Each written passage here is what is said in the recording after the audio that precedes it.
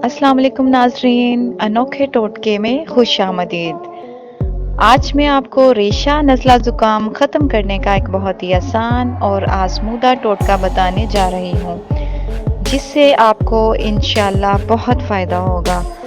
बच्चों में रेशा नज़ला ज़ुकाम आमतौर पर ज़्यादा होता है और बच्चों को इससे कैसे बचाया जाए, आज मैं अपनी इस वीडियो में आपको बताऊंगी। तो इससे पहले नाजरीन, मेरे चैनल को सब्सक्राइब करें और बेल आइकॉन को ज़रूर क्लिक करें ताकि मेरी नेक्स्ट आने वाली वीडियो आपके लिए बहुत ही हेल्पफुल साबित हो सके।